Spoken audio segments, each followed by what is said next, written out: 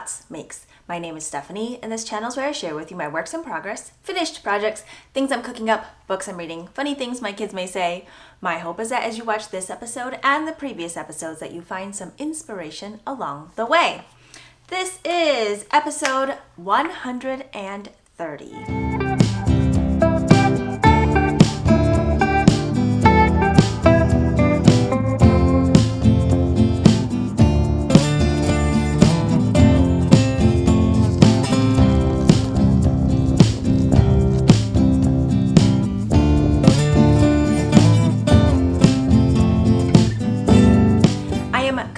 From a beautiful sunny day here in Minnesota where I live with my husband and our 2 young children. We had false autumn where there were a few days where the morning started at like 45 degrees around sunrise and then warmed up to maybe the mid 60s. And then summer decided it really actually wasn't over yet. So now we have lows in the 60s and highs in the 80s, and it is just fine. This morning felt beautiful with the cool, crisp air, and I know by the afternoon it will be a little bit toastier, but it is wonderful because that means the garden will keep growing and the flowers will keep blooming until we hit a frost. Usually we get our first frost in October, so maybe we still have a few weeks. This is the second week of September, year 2024, and this episode is a continuation of, I don't know if it's really a mini series, but a set of videos in a row where I am catching you up on projects that I made over the summer. They may have been ones that I started earlier in the year, like spring or so, and then I finished them in the summer but didn't get a chance to tell you about them here on YouTube. And then there are other ones that started and finished before it even made any appearance here. And then there are some that are more recently finished, but I thought I would just throw them in here instead of saving them for next time. If you are new here, I always include closed captioning in my videos. You click on that CC button. If you need to adjust the speed, you can also do that here on YouTube. There's like a settings, I think, where you can make it go slower or faster. I do include notes for the things that I talk about, and it will be in that description box below this video. You sometimes have to click on show more or arrows, something like that.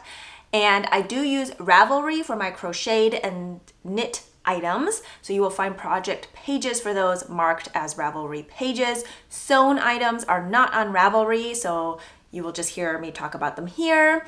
And I'm also on Instagram as edible.thought.makes. Link to that is also in the description box below, but I often talk about my projects there in detail as well. And because this is a video that's not as typical as my other ones that go through finished projects, works in progress, books I'm reading, all of that stuff, I hope that it's a little bit on the shorter end, definitely under an hour. So far, I have been able to cap them at 39 minutes. I don't know how the first 2 episodes of this little mini series of catch-up videos are that close together in time length, but anyway, we'll see where this one goes. I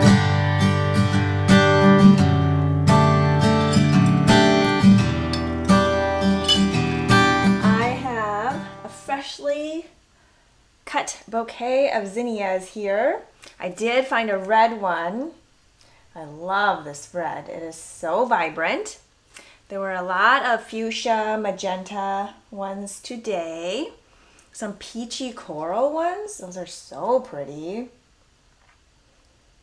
I hope they're coming into focus. Sometimes if I hold it too close, it doesn't focus, but let's hope that the colors and the delightfulness of these blooms are coming through on the screen for you.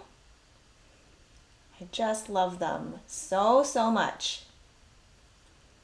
I look forward to these zinnias every year. They are annuals here, and we don't plant a lot of annuals, but zinnias we always plant. And I have my Mayana design earrings on. I'm going to come a little bit closer. These ones, I can't remember if they are labeled as knitting inspired or weaving inspired, but I really love these. There's like a square-ish. I'm not a bead earring connoisseur, so I don't know any of the terminology, but the top is like a square with all these colors, and the bottom has fringe. Let me see if I can get a little bit closer. Hopefully, I don't know if they're showing up really well. Has like mustard and purple and green. Oh, I just love them. And today I'm wearing my Petrichor Pinafore by Sew Liberated, and I am wearing the Weekday Tee by Amy Sher underneath. And I really like this combination. I feel like it's a very neutral combination that you can really play up any accessories. And because this morning was a little cooler, I have on a pair of pants with it too. These pants I did not make. I'm gonna stand up on the bench. My mom got me these very fun printed pants. They're probably like a rayon, I think, material. She bought these for me probably 10 years ago from a street vendor in Taiwan. And they're just nice and loose. And they don't have pockets, but my Petrichor Pinafore does have pockets.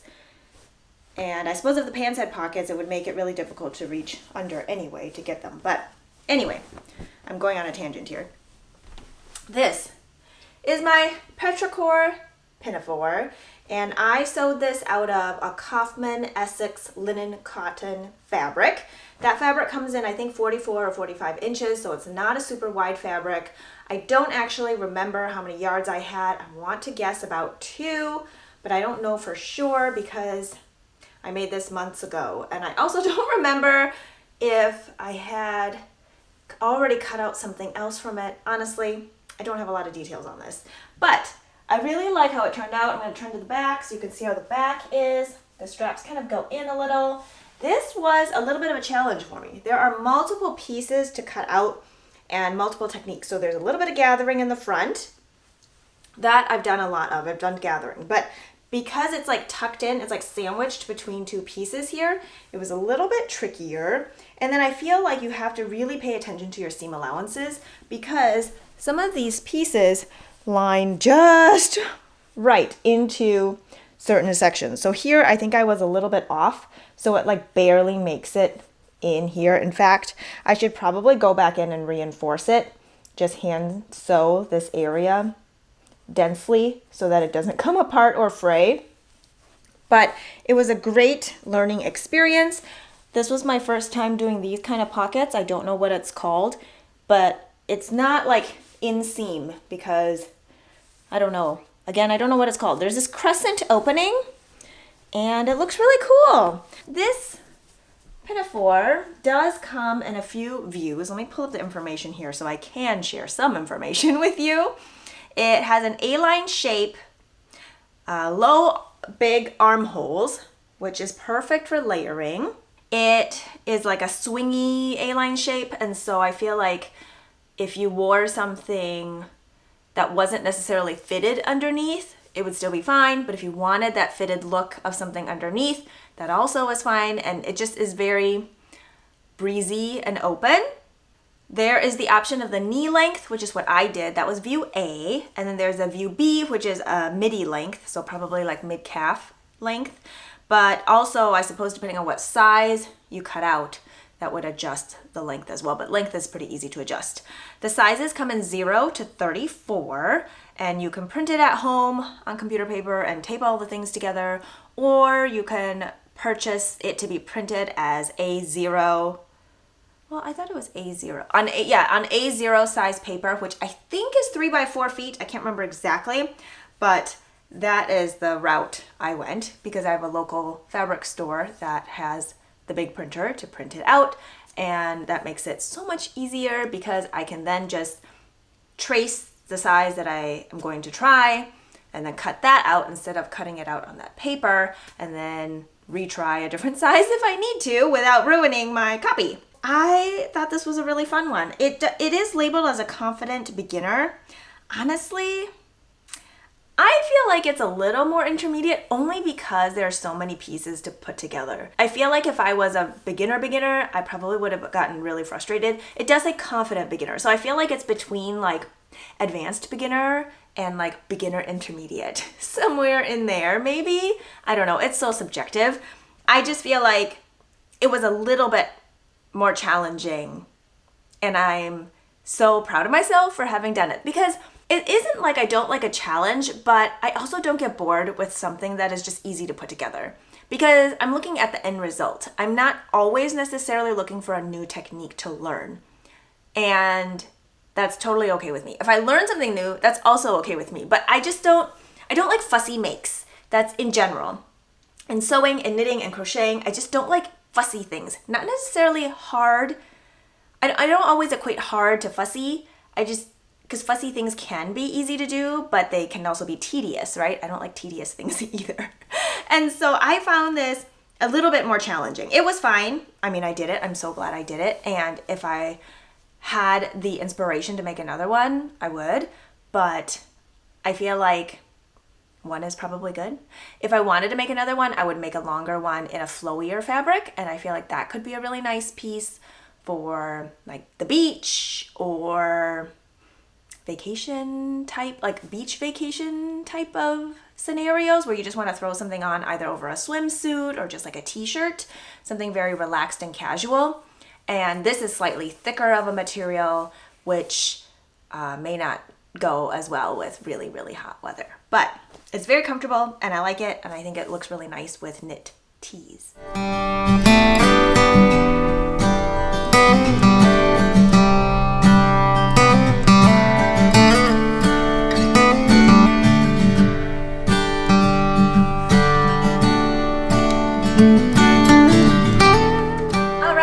Outfit change. So this next item I want to share with you are another pair of June pants. Now you've seen a few of these because I've made a ton. I've probably made a dozen renditions of this pattern at this point, but I just really like it. It fits me really well and it's easy to change up the vibe of it, and depending on the fabric that you use, depending on the print, I feel like it can really go from like pajamas, loungewear, to like actually going somewhere in your secret pajamas. These are like a nicer quilter's cotton from Joann's. I believe it was even in the nursery section. I don't know why. I don't think it looks super babyish or anything. I don't know what gets to be classified as nursery. I suppose if I had like cute cuddly bears on moons holding like blankies or something, that would be very nursery to me, or like little fuzzy duckies. But this says daisies on like a mauve background, and I'm not sure it necessarily has to look nursery, but I feel comfortable wearing these out, especially depending on what I wear on top. So right now I have the Weekday Tee by Amy Sher on top, and I feel like it looks really nice. I've got a nice neutral looking sweater tee on top with these wide leg pants, and it's really comfortable. I can even tuck the top in if I want to. I don't know if that makes it look dressy or not. Not that I'm going for a dressy look, but you know, it's comfortable. It looks good. I did adjust the rise in the back on this one as well. I've mentioned in previous episodes, I felt like I had this funny lump in the back because there was just a little bit too much fabric, and so I adjusted it by, I don't remember if it was 1/2 inch or 1 inch, but it's still pretty high-waisted. I can still pull it up to my belly button without any issue in the rise overall, and I just end up cutting out that extra fabric that I didn't need. But yeah, I'm going to turn around one more time so you can have a look at it. I'm sorry I don't have like a full view option. It just takes extra time if I'm going to be filming an extra video to put in here. And so hopefully you get the idea of it. But yes, I really like these pants. I think they're super comfortable. And I have one more pair of June pants to share with you today. And I will just go change into that real quick. Okay, next pair of June pants. These are like a peachy gingham. They're 100% cotton, also from Joann's. I cannot remember if this one was a wider fabric, but I think it was in like the kids section. It was like Kids Pop or something was like the collection, and it's really comfortable. It doesn't wrinkle super easily. I have put it in the wash, and I think I just hang dry because I feel like it gets less like bunched up that way. And I'm gonna stand up here. These ones I also made full length, and I did the pockets. Nothing big to say here. I did make the waistband a 2 inch instead of 1.5 inch on this one. And I did like a little, it's not quite paper bag, but similar idea. So I did a stitching along this top, maybe 1/4 inch or 3/8 of an inch. And then my elastic casing is in there. And then there's that one more line of stitching to secure the elastic from rolling. And you just need to adjust your waistband fabric width if you're going to adjust the elastic. So yeah, I really like how these turned out too. They're very comfortable, and I feel like they also look really nice with this sweater tee. I know you can't see the entire view, so again, sorry about that.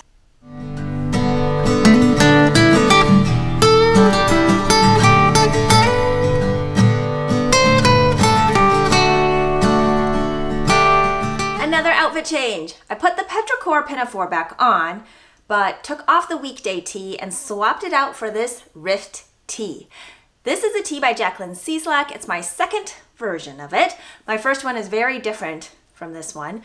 If I remember, I'll pop a picture here on the screen so you can see what the first one looked like. And I made that maybe, 4 years ago maybe. This is a bottom-up construction, and you have options for the hem and options for your top to be reversible. Now, if you add a high-low hem and you add in bust darts, it will not be a reversible top, but if you want it to be reversible, you can do 2 different necklines and just keep this the hem even all the way around. I chose not to have it reversible. I like the V-neck in the front, the boat neck is in the back, and I do have a high-low hem. So I'm going to stand up so you can see it. So the back is slightly longer than the front. And then I have a V-neck in the front. And then I have a boat neck in the back. This pattern comes in lots of sizes, like all of Jacqueline Cieslak patterns do. And the finished circumference is 40 inches up to 72 inches. And the recommended ease is 6 to 12 inches of positive ease. There is a note in there that those at the higher size range may prefer a little bit less ease than those on the lower size range, but of course that is up to your own personal preference. The designer just puts a note in there to maybe help people pick the size that might be the best fit for them. There's also a note that says how to adjust your bicep circumference for the garment as well. I think that is super helpful. The gauge is 16 stitches by 20 rows in 4 inches of blocked stockinette on a US 8, which is a 5mm needle. I feel like I generally need to go up to a 10 for that kind of gauge. However, I do feel like it depends on the type of yarn that you use. Plant fiber yarns or plant blend fibers behave totally different from full like animal fibers, wool fibers. And so I was able to get gauge on a US 8 using Pearl Soho's Plein Air base, which is 218 yards for 100 grams. And it comes in 67% wool, 33% organically grown cotton. Now with blocking, it definitely blooms a lot, and it is a very soft yarn. It is nice to knit with, and I believe I have 4 garments in this yarn, and I really like it. And the colors I used here, so I guess I should back up a little bit. Mine might look a little bit different from the pattern, and that is because the pattern is written for it to be in one color. Now, of course, you can do whatever you want. It's recommended to use like a sport or DK weight cotton wool blend. I did use that. And I had some yarns remaining from other projects. Like I mentioned, I've made other garments with this yarn. And so I wanted to see what I could do to combine all those together. And being bottom up, I knew it would be fun to do my hems different colors. So this is dungaree blue on the back, this brighter blue. Teal verdigris is this teal in the front hem. And then I have this green, this chartreuse green. It's called chartreuse pear. And so once I joined, I just knit that entire hank of yarn. I think, let's see, I had 103.15 grams and I used up the entire thing. I just went until I ran out. So once I knew I was going to run out, I added in these other colors in the short row shaping, which made a really cool patterning. And I really liked how that looked in the shoulders. So I have that on one side because I ran out by the time I got to that shoulder. And so I finished it off with these stripes in this cool triangle from the short row shaping. And then on the back, I joined in the rolled oat color and I striped in the teal. For the sleeve cuffs, I ended up doing my ribbing in the blue. Okay, I'm gonna turn around. I don't know why I'm still doing it backwards, but I really like how this turned out. I think this shoulder shaping here, the way the colors come together, just looks so cool. And I'm very, very pleased. I think the ribbing that connects from the hem up the side is a beautiful detail. And the colors just came together really nicely. So I feel like this is something that I can wear easily over like a denim shirt. I think maybe some plaid flannels would be too busy considering that I have so much other color blocking and stripes going on here, but something solid underneath. I could do like a white button-up shirt. That would look nice. I think depending on the plaid, it might work, but yeah, it could get a little too busy for me. I like it worn over this pinafore. I think it looks really nice. I could wear jeans underneath too if it's cooler. And I feel like the blues and the greens go really well together. This could also go over a dress, like a sleeveless dress that has like a higher waistline so that this being super cropped would hit at that higher waistline, and then the split hem could just go out with the gathered skirt. I think that would look really nice. I am debating whether to pick up stitches with whatever color I have remaining and doing like an I-cord, only because this back part I feel like doesn't look as finished as the front, and I don't think I want to just do an I-cord only on the back. I'd want it to all connect. So I'm still thinking about whether or not I want to do that. It's just fine as it is. Let me turn around again so you can see what the back looks like. But the back stitches here are just bound off. And so it does have a little bit of a stretch or give to it. And I feel like if I did an I-cord all the way around, it would just tidy it up a little bit. So I don't know. I'm still debating whether or not to do that. I do have a little bit of yarn left. I don't remember of which colors, but definitely not the green. But the rolled oat might be nice. I don't know. I'll think about it. We'll see. We'll see what happens with that. So in total, I used 184 grams of yarn.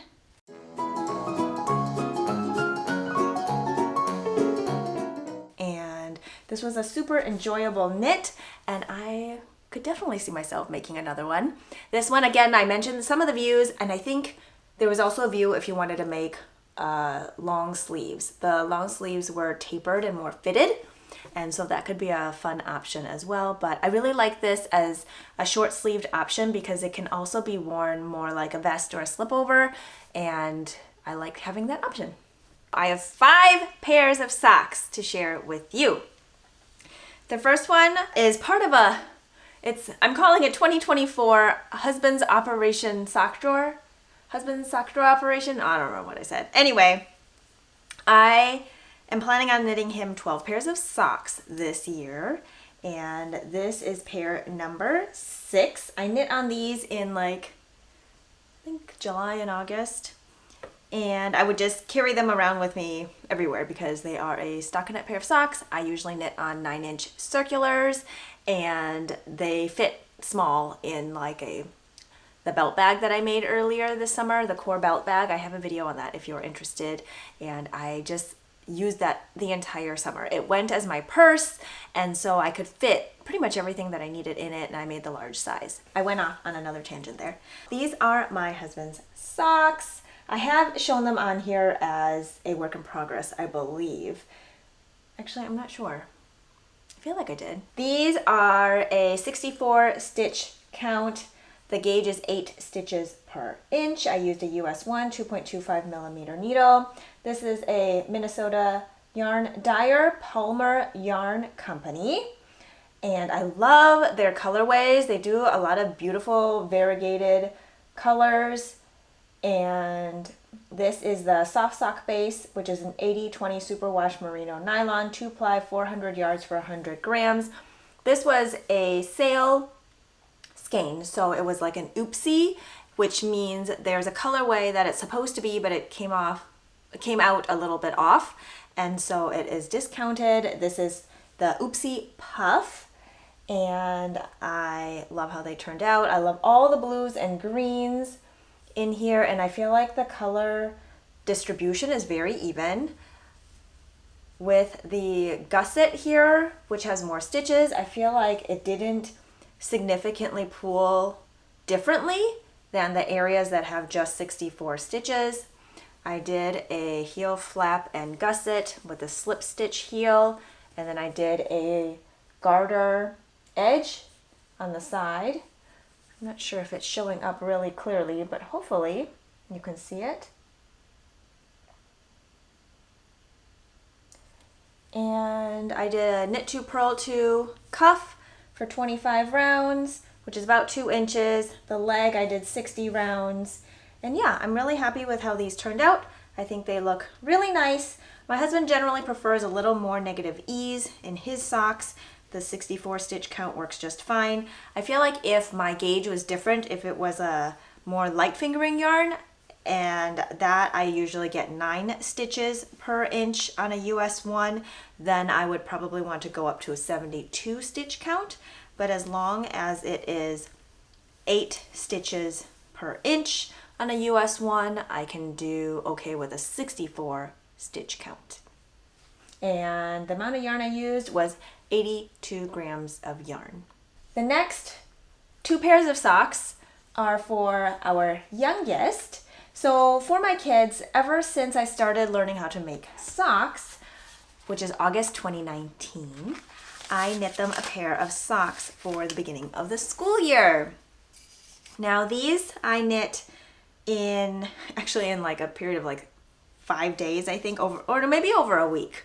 Both pairs in a week, but they are DK weight socks and they're so squishy and so cozy, and they were requested by my 8-year-old. So my 8-year-old is in 3rd grade, and these socks, they're just so cute. I love them so much. Now DK weight socks already knit up quickly, but in a child size sock, it's even faster, right? Oh, I have the label here.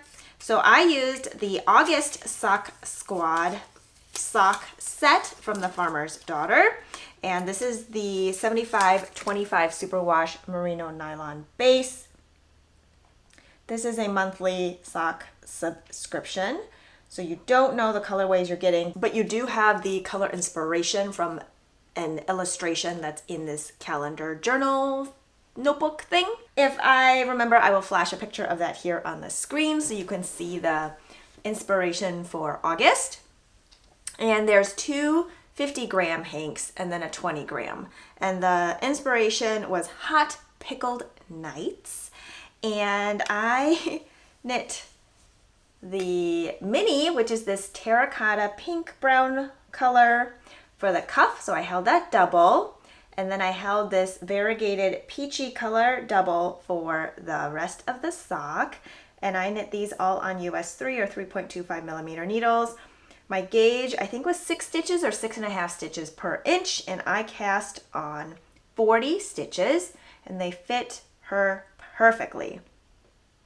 So I did a knit 1, purl 1 for the cuff for 15 rounds, and then I knit 12 rounds of stockinette before doing a shadow wrap short row heel, and then for the foot, I just continued on in stockinette, and I love how these turned out, and they fit her perfectly.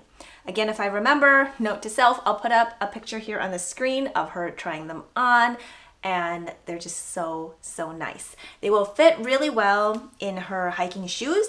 In her tennis shoes, they might be a little tight just because they're so thick, but they will go really well in hiking shoes, which will be perfect when we go hiking in the fall to look at different fall colors. And I think it'll still probably be too warm when we go apple picking because we're getting this like resurgence of summer right now, but we'll see how it goes. I think these just fit her so well.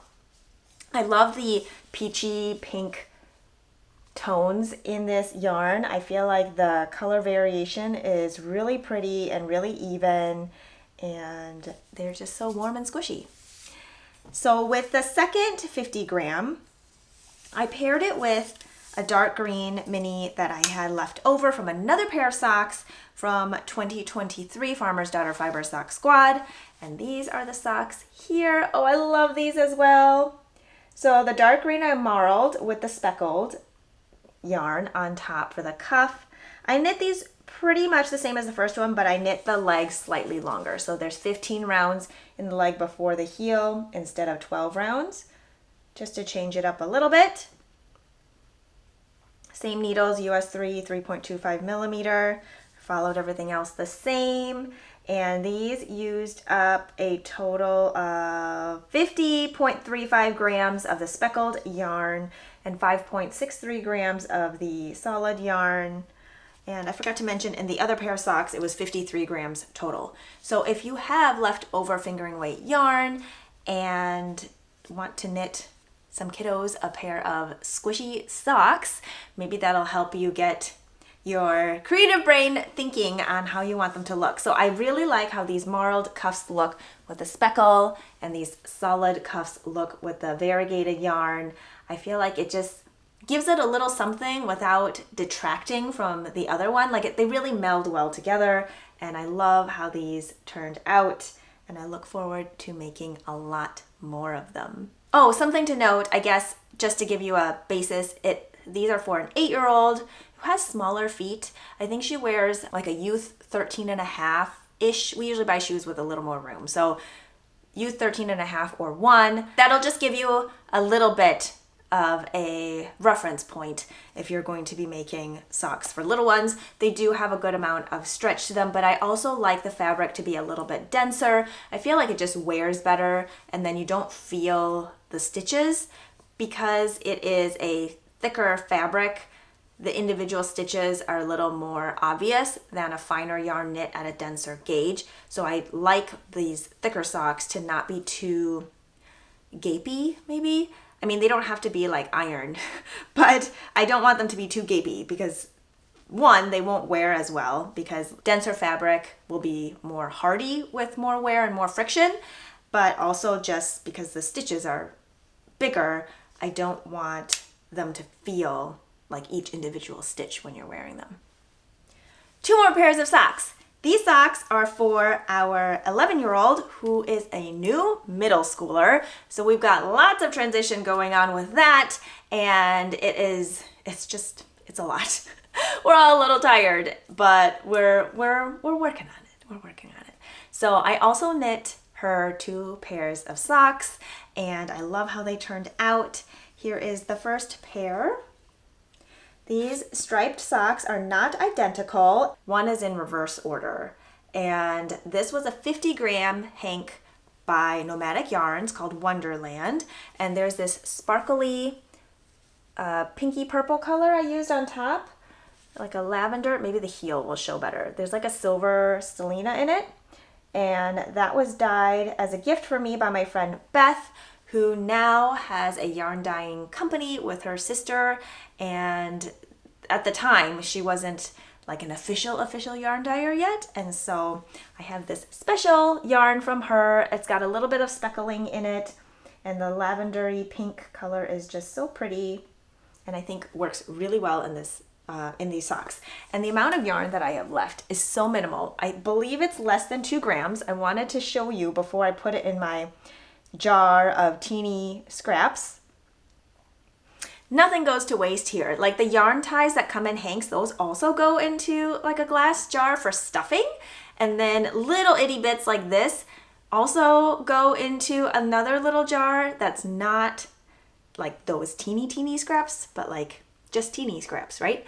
And so we find uses for all of these, especially around gift giving time. They work really well for wrapping presents, putting on ties for tags, or cut up for more stuffing, or making into little pom-poms. The kids can go into those jars as much as they need to for their little crafts, and there's always a use for even the teeniest bit of yarn. So for my 11-year-old, I cast on 56 stitches here, The gauge I got on these are also 8 stitches per inch because the yarn is also a 2-ply 80/20 superwash merino nylon. Comes in 200 yards for 50 grams. And again, I used up almost all of the yarn. So it was 51 grams. It came as 53 grams, I think. But yeah, I used up 51 grams and then I used 6 grams of the color dyed by Beth. And I cast on 56 stitches, did a knit 2, purl 2 for 2 rounds using that contrast color at first, and then I joined the main color and finished up one set of stripes there. And so it's 1, 2, 3, 4, 5 colors, and at each color change, which isn't necessarily at a beginning of round, I would just do a knit round until I came to the beginning of that color change again, which then prevents the purl bump line from coming through at the color change. And it gives a very tidy color change line. And then it doesn't interfere with the ribbing. So then for the leg, I just went as long as I thought I would go. And then I did a shadow wrap short row heel with the contrast color and then continued with the foot. If you are interested in a pattern, Denise of Earth Tones Girl has a Socksploration shadow wrap heel pattern that gives you like the entire sock pattern with different stitch counts. And I don't refer to it anymore, but I think a lot of my socks are very similar to that. I don't have like the exact length or the exact cuff or things like that. However, if you are looking for a pattern that gives you a photo tutorial, spells it all out, she also has video tutorials on her YouTube channel. I would definitely check that out. The second pair of socks I have are here. Oh, these are so much fun. So these are also striped socks, but not from self-striping yarn. I created the stripes. This is a new base from Purl Soho. It's called Fine Print. I was sent this yarn as part of their yarn preview launch. And so I got to try it out. It is a 75/25 superwash wool nylon. And this yarn comes in 50-gram hanks, which I really like because you can either knit up one pair of kid socks with that, or you can collect a lot of different colors and create stripes or hats or other things that you might want to do. And here I have gray patina, which is this light gray, and they're slightly not heathered, but almost mottled or slightly watercolor effect. And then this purpley color is bright violet. And then this light peach color is pink apricot. This teal color is peacock feather. And then this bright red is candy apple.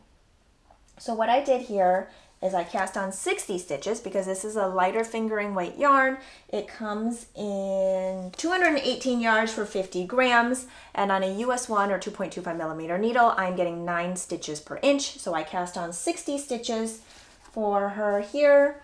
I did a knit 1, purl 1 cuff for 15 rounds, and then I did 10 rounds of each of these colors, and then I knit 4.5 rounds, inserted in a shadow wrap heel, finished off that stripe to be 10 rounds total, and then I did the reverse sequence of the stripes in the foot before knitting 18 rounds of the gray and then doing a toe.